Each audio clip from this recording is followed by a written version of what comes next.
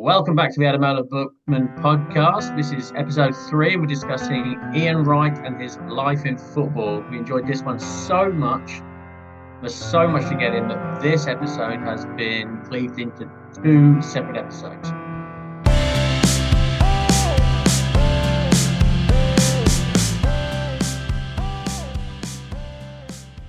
It was released in 2016 when Ian Wright was 52 years old. Jolly. Are you sure about this? So I think we've read the wrong books, Ed.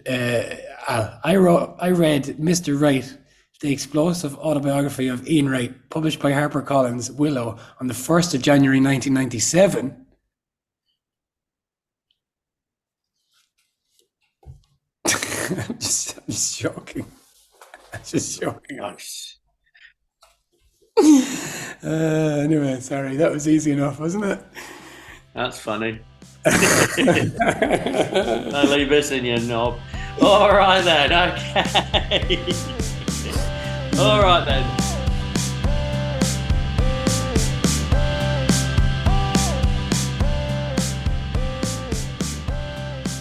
Well, this is a very enjoyable book, really a lovely book, very well written, and dedicated to Mr. Higdon, who we'll come on to later. Ian Wright, A Life in Football, as you said, published in September 2016. It was described by the Sunday Post as a warm and engaging read. Exciting. In terms of reviews, I got 4.05 on Goodreads, and I got 4.4 on Amazon. Well, for my tuppence, I'd say as football books go, this is definitely the better side of things. It's an honest book, I think. He confronts his own shortcomings. It's genuinely quite interesting. His childhood is actually genuinely very interesting, whereas normally these are things I want to skim over the most in a football autobiography. Yeah, he comes across as very, very generous to people with whom he's grown up, and to anyone who's ever given him help, he seems not to have forgotten at all. Yeah, genuinely comes across really well, without trying to be too self-aggrandizing. He's kind and he's generous and very willing to admit his faults. Yeah, I think he's got a real humility, and I think it came from the very, very start of the book. Just immediately, what struck me was that Wright talks about other people a lot. Like Wright started by talking about Wenger and Vieira, for example, and seeing them in this period of time when obviously Arsenal were on the cusp of this, what proved to be wildly successful change in era, but just his initial views of them. And I think he described, it was a scene in the dressing room. They had come to, just to be around the game. I think it was a European game maybe. And he described the scene in the dressing room as being like a chimps party. So I think from the start, it seemed like it might be a bit of fun. And also, I think there's a warmth to Wright that is not, doesn't seem put on or contrived or fake or anything. I think it's really there. He's a nice guy. And I felt like I was rooting for him. Yeah, absolutely. I think if you've seen anything to do with Ian Wright on the media, I mean, it's just his honesty and his warmth comes through. He's very progressive. He's a big advocate for women's soccer. Yeah, the kid's a good guy. I mean, he is a good guy. And I guess I went into this book with that in my head, but that's only compounded. I mean, he just comes across as someone who wants to learn, someone who wants to improve himself, someone who wants to have a laugh. He never takes himself too seriously. It's never particularly preachy. It's just the man just, I don't know, he lives life right. Yeah. That was no pun intended. Yeah. I had, just when I was reading it, I listened to a few interviews and whatever, read a little bits and bobs around about him as well. And I heard one interview where he was saying when he was initially on BBC on Match of the Day, they used to kind of like put him on as kind of the Bants guy at the end, and I think that kind of wore on him eventually. But he said that Alan Hansen used to steal his lines. He'd say something to Hansen in the break, and then whoever it was, Des Lynam would go to Hansen first. And Hansen would take Wright's line, and then it would go to Wright, and he'd be like, "Oh, he just have something lame and jokey to say," which was pretty nice. Do you want to, maybe it would be sensible to give the kind of rough contours of the book? Do you want to? It starts off with meeting Arsene Wenger, then his time at Arsenal through George Graham and Rioch, and then obviously Wenger. Part 2 is titled An Incredible Journey. That's from his childhood, his unhappy childhood, to eventually making it as a soccer player. Part 3, Life Goes On. That's his life after football, where I think we can agree with some highs and lows. And then the last part is Ian Wright's life now, or at least as it was in 2016. He very, very generously, the very last chapter is devoted to David Rocastle, who was a former teammate who died very young and was a fabulous football player, a little bit before my time, but someone I've always heard of, spoke of as a really, truly great player. Anyway, but yeah, that's a testament to Wrighty, but that's how he finished his book, with a kind word about someone else. Yeah, exactly. I think there's a certain classiness to Ian Wright. And like I said, maybe I think maybe to some extent I had him in my head as kind of a fancy kind of fella. Maybe didn't give him full credit. I think he's a much deeper thinker than I maybe considered. He's always come across as a warm fella, but he goes into themes in this book that I think are really, really interesting. Like just obviously race being a big factor. Race as a black footballer in England in the 70s, 80s, and so on. Growing up, very interesting. But yeah, there was quite a bit of intellectual fodder in there, really, maybe that I didn't fully expect. No, I genuinely learned some things from this book. I genuinely did. I looked at new aspects. Certainly, his life growing up in London was absolutely fascinating. Certainly from my perspective, I'm English. I grew up 200 miles away. I mean, obviously not in London, but from the confines of my little middle-class white life, this is a world I don't recognise at all, which he gave me an introduction to, which genuinely was absolutely fascinating. The music and the people he used to hang around with growing up in London. It was genuinely, truly interesting, and not something I wanted to skip over at all, as I normally would do in a football's autobiography. Normally I just want to give me the goals, give me the trophies, but this was not the case. It really was a real insight into his life and a life as a black man growing up in London in the 70s and 80s. Would you like some Ian Wright facts? Would you like some facts? Yeah, I would. About I would. The man himself. He's known for his speed, agility, finishing, and aggression. Did you know that? Yeah, that's how I would characterise him. Yes? Okay. He played 581 league games, scoring 287 goals for 7 clubs in Scotland and England.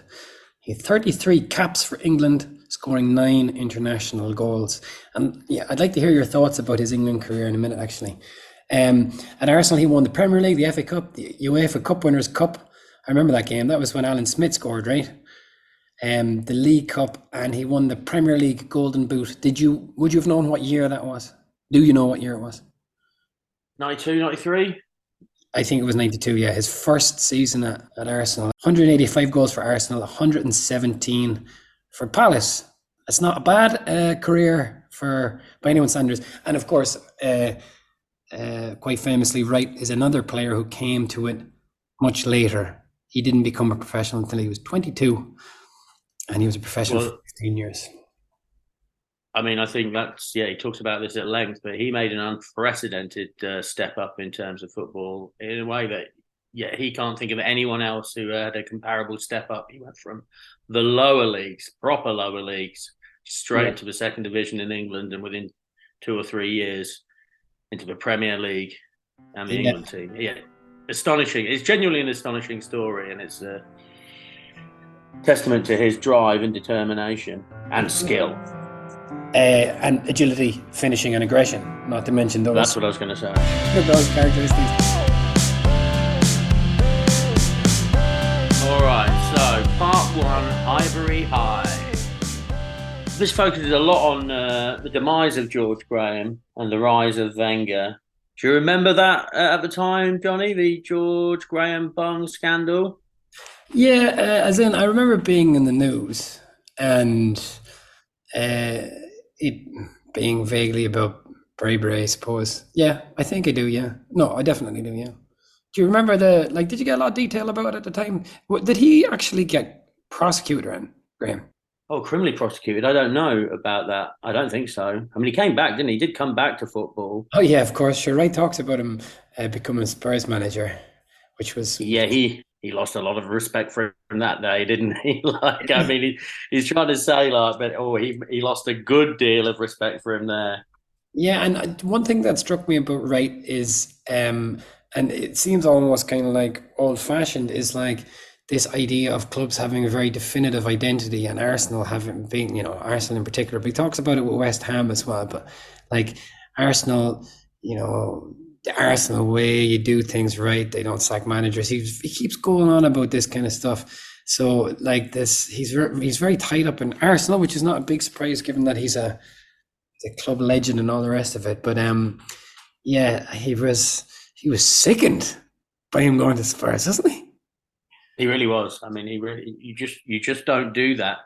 No, it really comes across how much he is a fan, right? I mean, he is a fan. I mean, he'll be critical, but yeah, I mean, he refers to them as magnificent. Like, well, this is why we are magnificent at some point in the book, and I just thought that's the way I talk about my team. Like, and it's just totally endearing. Like, very very sweet. Yeah, there is yeah. I suppose at times he does have a kind of a kind of a childlike effusiveness about these things, which, as you say, was quite charming. But okay, Graham, what he had done essentially was he was taking money for transfers. Yes, Yes. and Now, were there particular players? Do you remember, or was everyone? I believe it was John Jensen was a player in particular that it Mm, was a reason that it refers to that as like, well, John Jensen getting. So yeah, I think it's interesting how the players turned against him mm. um, after he'd stolen. I mean, he was over $400,000, but £400,000, excuse me. But I think what's very interesting is that they're resentful because he was so tight with their contracts. Yeah, Like exactly. he would really try to squeeze them. Now, as the manager rather than the money man, why would he do that, Johnny? I think that's interesting. Yeah, well, maybe it's a sign of the times as well when managers controlled more around the they obviously talk about this, the transition from to the Peps from the Ferguson era, I guess, when Ferguson had control over signings and all the rest of it. So maybe that's it. Maybe he did have some like budgetary responsibilities, but also I think this is true of managers in life in general. If there's one thing that people don't like, it is hypocrisy, right? Like, Absolutely. yeah, and if he's nickel and diming those guys, and then he's on the other hand, he's like pocketing whatever it is, whatever it might have been, I guess 30, 40, 50 grand at the time. It's like, yeah, fuck this guy. Um, Yeah, because there's a point. I mean, it says here, Mickey Thomas, when he went from Arsenal to Liverpool, I remember that after he'd scored the goal which lost Liverpool the title. He said that he'd been on 3 or 4 times the wages he was at Arsenal, at Liverpool. 3 or 4 times. I found that to be astonishing. yeah, that And it's is, testament to how much people must have loved Arsenal. But he keeps saying he wasn't there for the money. He wanted to play for the Arsenal. He wanted to play, but he wasn't interested in the money. yeah, and Again, he said he got £700 more a week to play for Arsenal compared to Palace, which I guess in terms of the step up, I guess he probably expected a bit more. And again, an endearing Ian Wright kind of anecdote is like he was in the car worried about what he's going to tell his wife that he's only going back with 700 quid more. Thought that was quite sweet. Um, yeah, Graham, like what were your memories of Graham? Obviously, he's kind of a taciturn character, isn't he? Or was? well, that's right. I mean, he was very famous. I mean, the Arsenal offside trap. I mean, that's what he was. He was a defensive coach. 1-0 to the Arsenal. It was very, very famous at the time. And remember in the Full Monty, there Yeah. was a whole skit about Arsenal and their defensive organisation. So Yeah, that's how I remember him, as kind of a negative football coach, somebody who wasn't trying to play football particularly, but clearly very, very effective.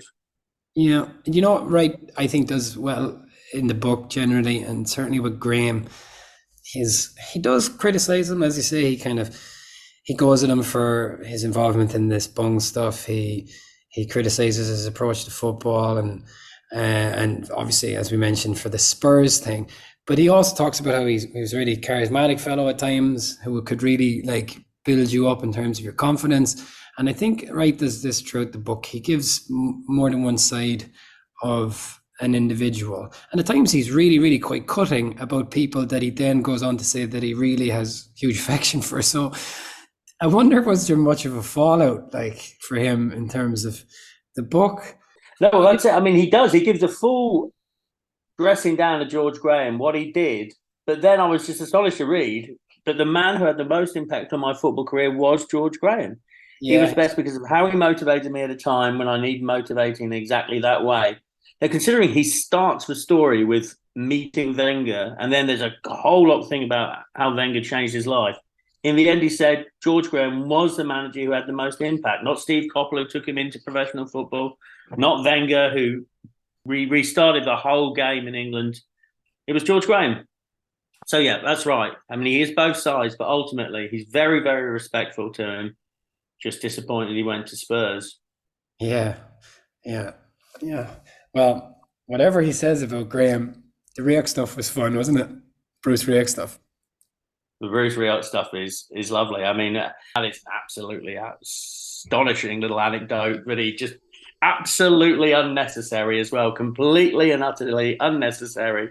It has no relevance to the book at all. Ian Wright just wants you to know that at some point in his football career, Bruce Rioch knocked out a 17-year-old kid and kicked his head In training, right? in training. But yeah, He like doesn't need that for the book. He just wants to paint a picture of the man. he really doesn't I like think Rioch. So there's no question of painting, two sides to Rioch. So Rioch was from this military background.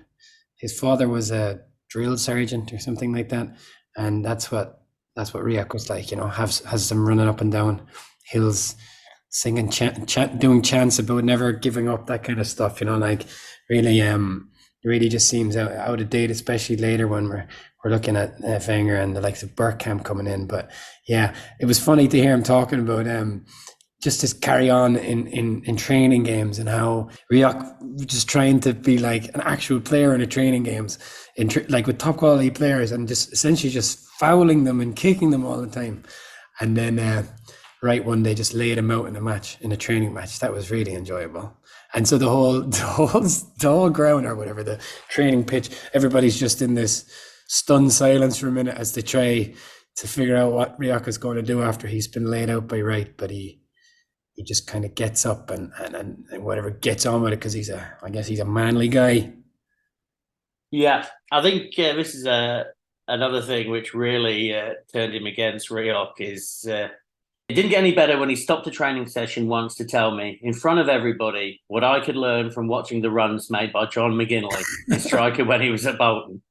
He'd do that to others too. Use Bolton players as examples of what they should be doing. Will you get that right? It's like, look at these tangibly worse players. And just on the topic, Al, of like putting in unnecessary digs, he also Wright goes out of his way to banish that kind of, it's kind of a trivia question, isn't it? Who signed Dennis Bergkamp? That's what I've got written down here. That's, for me, was Bruce Rioch's only legacy at Arsenal, was like, well, he did bring in Dennis Bergkamp. No. Oh, no. He didn't. That was the wonderful, my God, David Dean. How much does Ian Wright love David Dean?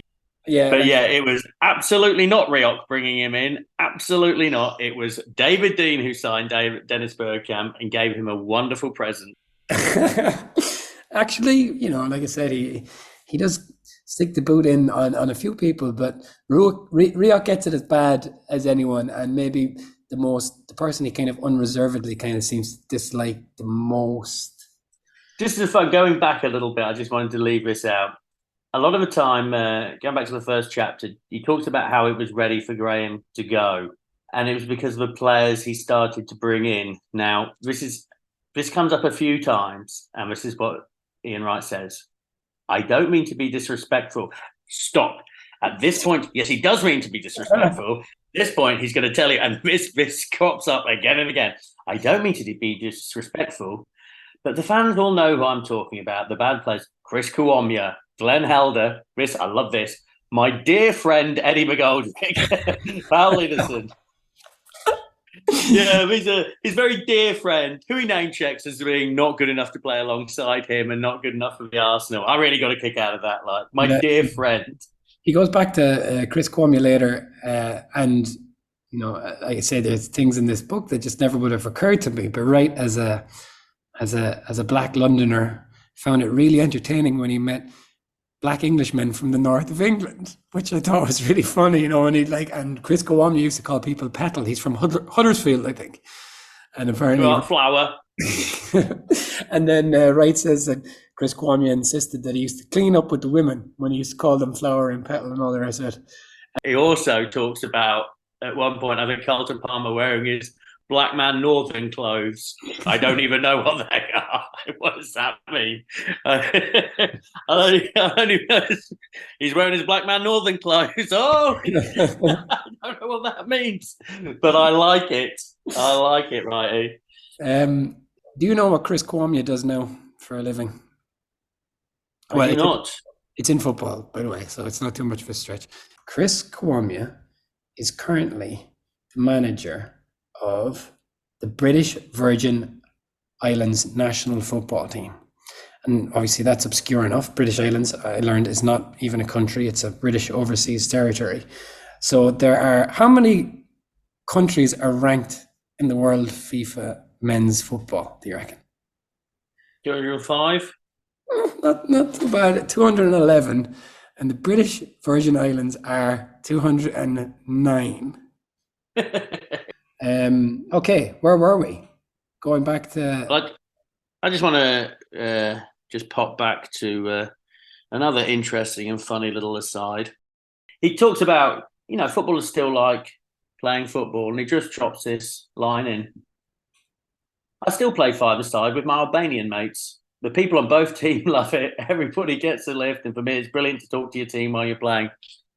His Albanian mates? He doesn't explain that at all. It just, his Albanian mates. It's like, the only time Wrighty plays football now is with his Albanian mates. Is it taken? He has a very special set of skills, his Albanians are particularly enamoured with. Just the Albanians he plays with now. Never explains it, just plays with his Albanian mates. Anyway, good for him. Yeah, that is funny. But okay, so out goes Rioch, but perhaps a bigger shock was the fellow who arrived.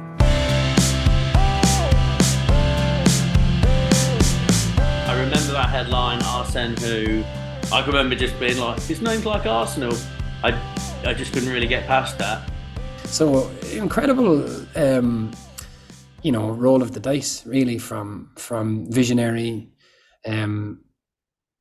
chairman. I think he that's it. He literally writes it. David Dean is a visionary. That very word himself. But I mean, he's impressive. Plucked him from Monaco, Grand Passate in Japan. I mean, it was a big shout. Yeah, it was a big shout, like getting Christian Gross in at Spurs. I guess he spawned a lot of kind of tribute acts afterwards, didn't he? That didn't go quite as well. He certainly did. But another player, who helped to move that on as much, which is chapter 3, is Dennis Bergkamp, who was, just to reiterate, a David Dean signing. Fuck all to do with Bruce Rioch. It would be fair to say that Wrighty really, really, really loves Dennis Bergkamp. He has a good deal of time for him. Indeed, there is one quote which really stuck with me. I thought was absolute gold. I don't know anybody who loves their wife and their family more than him. I don't think it's possible for somebody to love their missus more than he loves Henrietta. I looked up to Dennis in such a way that I would have asked myself, do you love your missus enough? And even if that marriage wasn't working, then I would have ended it in a more proper, more dignified and amicable way.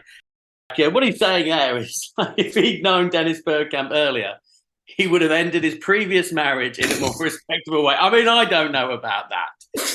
That seems to me a stretch. But fair enough. Yeah, he also told off Wrighty for drinking a cup of tea. So, well, that's just not cricket. What was funny was he said that, and this is actually really sweet. He talks about he roomed with Bergkamp. And Bergkamp had this, massive impact on them in terms of professionalism and getting ready and all the rest of it. So, like you say, having to go with him for drinking a cup of tea, that kind of thing. But he said that when they started rooming together, Bergkamp comes out of the bathroom one night wearing pajamas, and Wright is like, "What the fuck?" He thinks this is so funny. And then a few days later, because Wright is so enamored with Bergkamp, Wright shows up in pajamas. If it's good enough for him, it's good enough for me. He gets his own pajamas. That is absolutely lovely, isn't it? Absolutely delightful. Look, Dennis, I've got some pajamas as well. It's adorable. Absolutely adorable. Yeah. Maybe. I mean, anecdotally, can I just say, I saw Ian Wright and Dennis Bergkamp playing together against my team, and they were terrifying. Absolutely. I remember it at the time, terrifying. Right, he did these little arced runs that was so smart. Yeah, it was like nothing I'd ever seen watching my team. Watching those two play together was, as an opposing fan, absolutely terrifying. Yeah, and that's nice. I think when in these books, footballers kind of explain why playing with such and such a player is different than playing with anyone they played with before is interesting. And he would say that Bergkamp would pass you the ball in a way that it would make up your mind for you.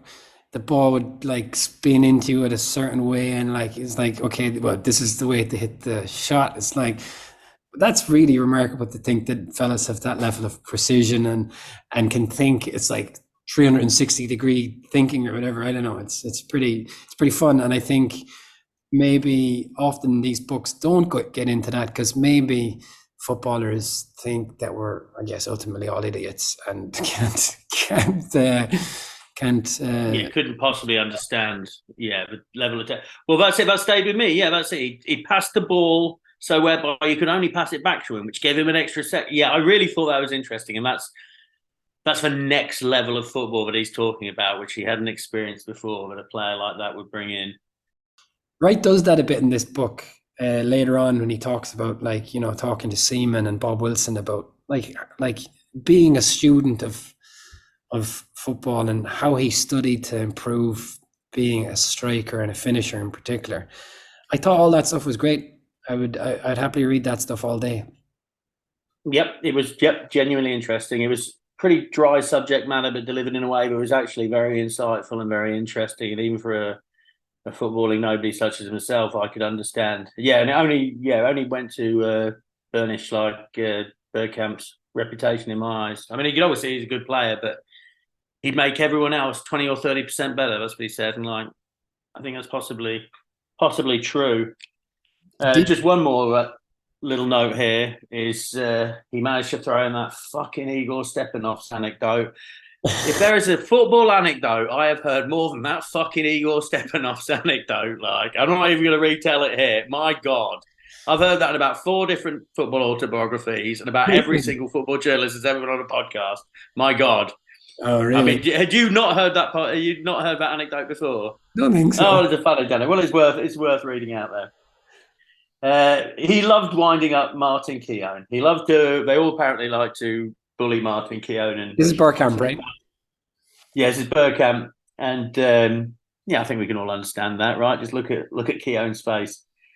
There was a time when we were all watching a game in which Igor Stepanovs was playing for Skonto Riga, and Ray Parler and Dennis decided to wind Martin Keown up. Stepanovs was terrible, but they sat there talking completely seriously about how brilliant he was. They were saying he was exactly the player our defence needed, and Martin was sitting behind them fuming.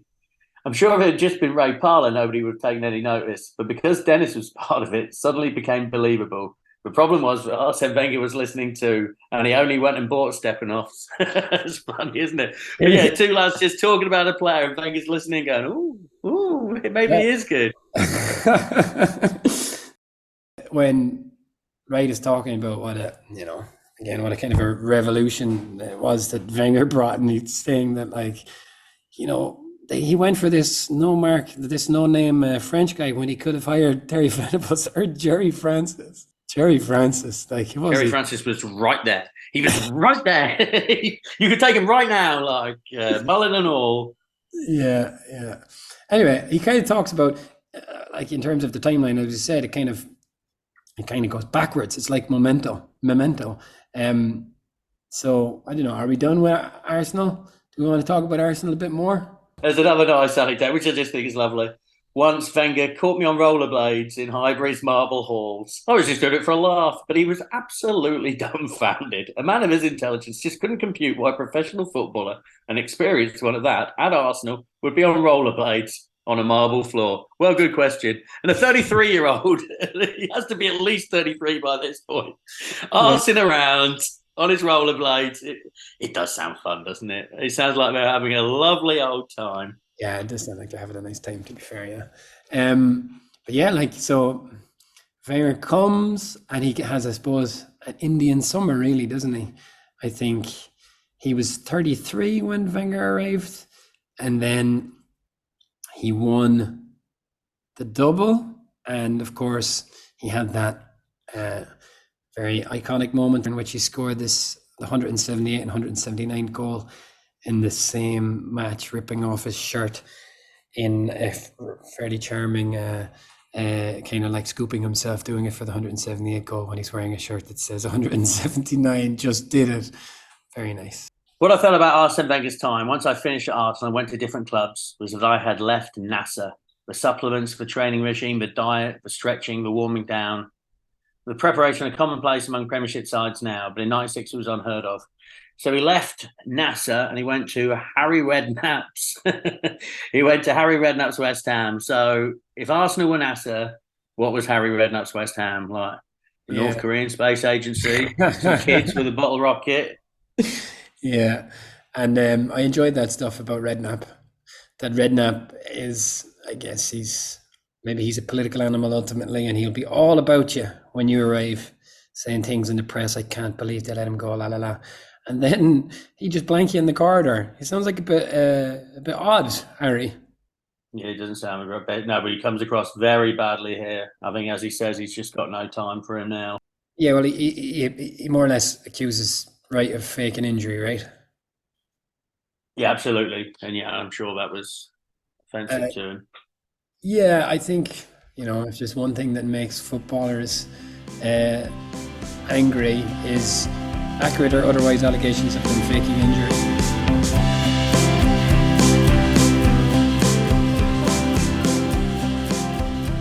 What I thought was nice was how he was saying that, like, keepers will shout at their defenders when they've fucked up, just so it looks like it's somebody else's fault. And I kind of always figured that was the case, but what I didn't realize is that strikers never really show their disappointment, even though they've missed the gilt-edged opportunity or whatever, and they're never like head and hands or whatever. Have you noticed that? No, that's right. And yeah, well, it is a sign of weakness, isn't it? It's you're going to get the next one, right? That's got to be the mentality. If that one got away, you'll get the next one. Put it behind you, it's gone. I think the thing that a lot of footballers struggle with most is, they're waning when their powers begin to wane. And I thought that anecdote of him, being sold by Arsenal was pretty interesting and pretty brutal, bearing in mind that we're talking about visionary David Dein and the Jesus-like Arsene Wenger, who came over to see him in France in 1998 during the World Cup, and essentially brought him into a room, sat him down, said, "It's game over, man. We're moving on without you." And then he was kind of shunted into the next room where I think his name is Ian Story or Peter Story, the West Ham chairman at the time, was there. So the whole thing happens really when Wright's, I guess, blood is pounding in his ears or whatever, his heart is running a million miles. That's brutal. He was ambushed. He was ambushed there, and he didn't even time to think about it. He said it was all over before he even knew. But yes, he'd lost his true love. Like, that was it for him. Yeah, it was all downhill from there. Obviously, I mean, he only lasted 2 more years in football, right? After that. In terms of the England stuff, so you're an England fan. He played 33 times and scored 9 goals. What is, how was he perceived that by England fans at the time? And like in terms of should he have played more? And then in terms of like, was there always a clamour for him to play? And was he kind of a fella held in a lot of affection? Well, that's one. I mean, at the time, there's a point about Graham Taylor leaving him out of a 92 squad. Now, I looked at the players he did take in the 92 squad, and one of them was Nigel Clough. So I would imagine, and that was certainly post Nigel Clough being at his peak. So he must have felt very hard done by there. By the time 96 comes around, he was not such a significant figure. But then at that time, England really did have an absolute phalanx of quality strikers. We had Robbie Fowler, Ferdinand, Shearer, Collymore. Yeah. There's more, but yeah, there was a lot back then. So I didn't feel it so acutely. But 92, he must have felt absolutely robbed. I don't know. Obviously, Graham Taylor is kind of a widely lampooned figure, maybe a widely forgotten figure at this stage, but for a long time he was quite a figure of fun. But yeah, Wright didn't have much time for boring old Taylor. No, he gives him quite the dressing down at one point, although he say he regrets that now and has since subsequently worked with Graham Taylor. I believe Graham Taylor was meant to be a very, very nice man. He had, kind of a series of managers. It seems Venables, he doesn't go into a lot of detail about Venables, but he thought, because Venables had shown an interest in signing him for Spurs before he went to Arsenal. So he thought maybe he would get a chance there. But Venables is kind of, like you say, I suppose Shearer came along. But the thing that seems to have upset Wright about that period was just that he wasn't even on the bench. And he said that it was his destiny, to score, to come on and score a chance in the semi-final against Germany in 1996. Do you remember this particular chance that he's talking about? I mean, do I fucking remember that chance, Johnny? Yes, of course I remember that chance. Yes, I do.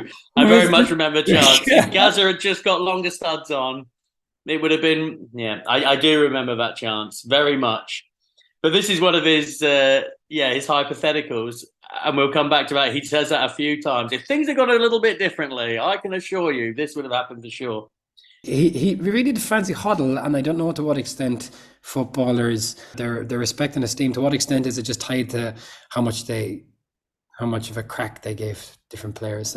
So Huddle did, even though Wright was later in his career, Huddle is the only one who really seemed to give him a shake. And he says that Huddle was the best of all of those guys, and had England had the 96 squad in 98, they would have won the World Cup. Discuss. Maybe Darren Anderton, World Cup champion. Just to rewind, right at the very beginning, again, Wright is such a charming guy, and he talks about, and this is where I probably can't resist making a Vardy comparison, because Vardy was going to shy off on his first England call-up.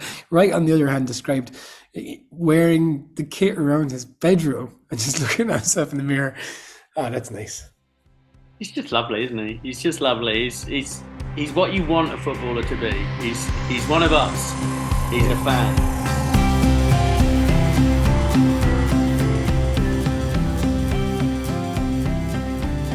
Did this book change your opinion of Mark Viduka? Yeah, it did. Just fuck off. I'm not doing it. Yeah, I thought that was really good. Although, obviously, from a football manager point of view, that's absolutely horrendous, isn't it? Yeah, so that is, so to explain, and his third club after Arsenal, he went West Ham, Forest and Celtic, but he played in the very famous 3-1 loss to Inverness Caledonian Thistle, which is immortalised in the headline, Super Cali Go Ballistic, Celtic are atrocious. But at halftime, they were losing. I think maybe they were losing 2-0 at halftime. They lost 3-1, and Mark Viduka just refused to go out. And Wright says that's the only time in his professional career. Actually, he doesn't even specify professional career. The only time he's seen somebody refuse to play for their team. Also, just very quickly, talking of players that were pricks. When he first got with the England squad. Steve McMahon. Go on. Sorry, yeah. This I love this stuff. Go on. This is a nice anecdote. So Steve McMahon was a prick. As soon as he turned up to the England training squad, Steve McMahon was just being horrible to him. But he got his own back, which was a lovely way. Apparently, he went in for a tackle with Steve McMahon, where he caught him. Years later, right?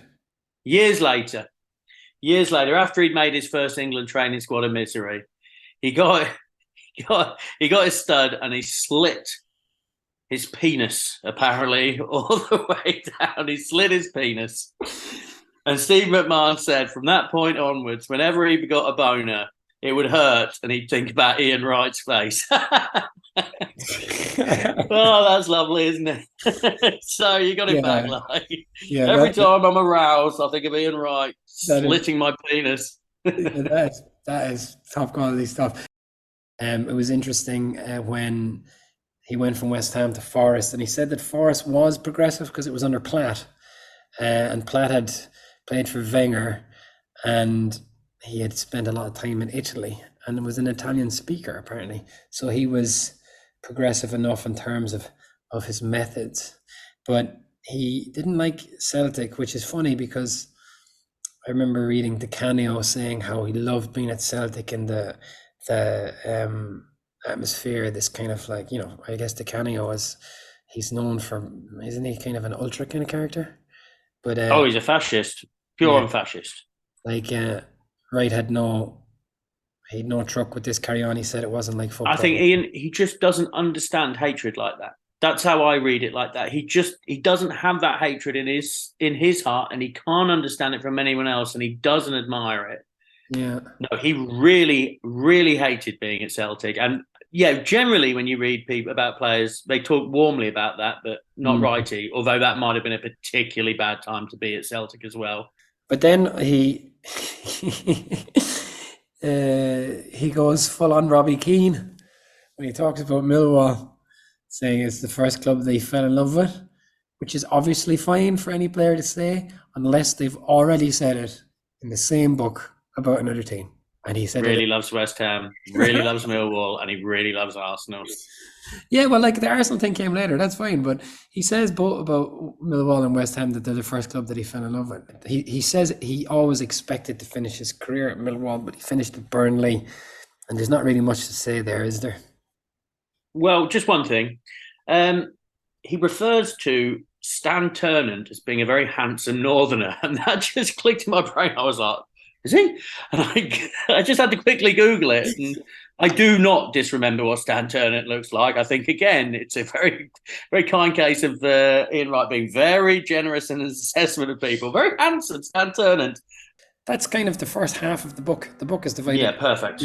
Part 1, part 2. And if he'd finished the book there, I think I would have been satisfied enough. That was a nice read. But like you said, the stuff about footballers' childhoods is often not that interesting, but this was very interesting.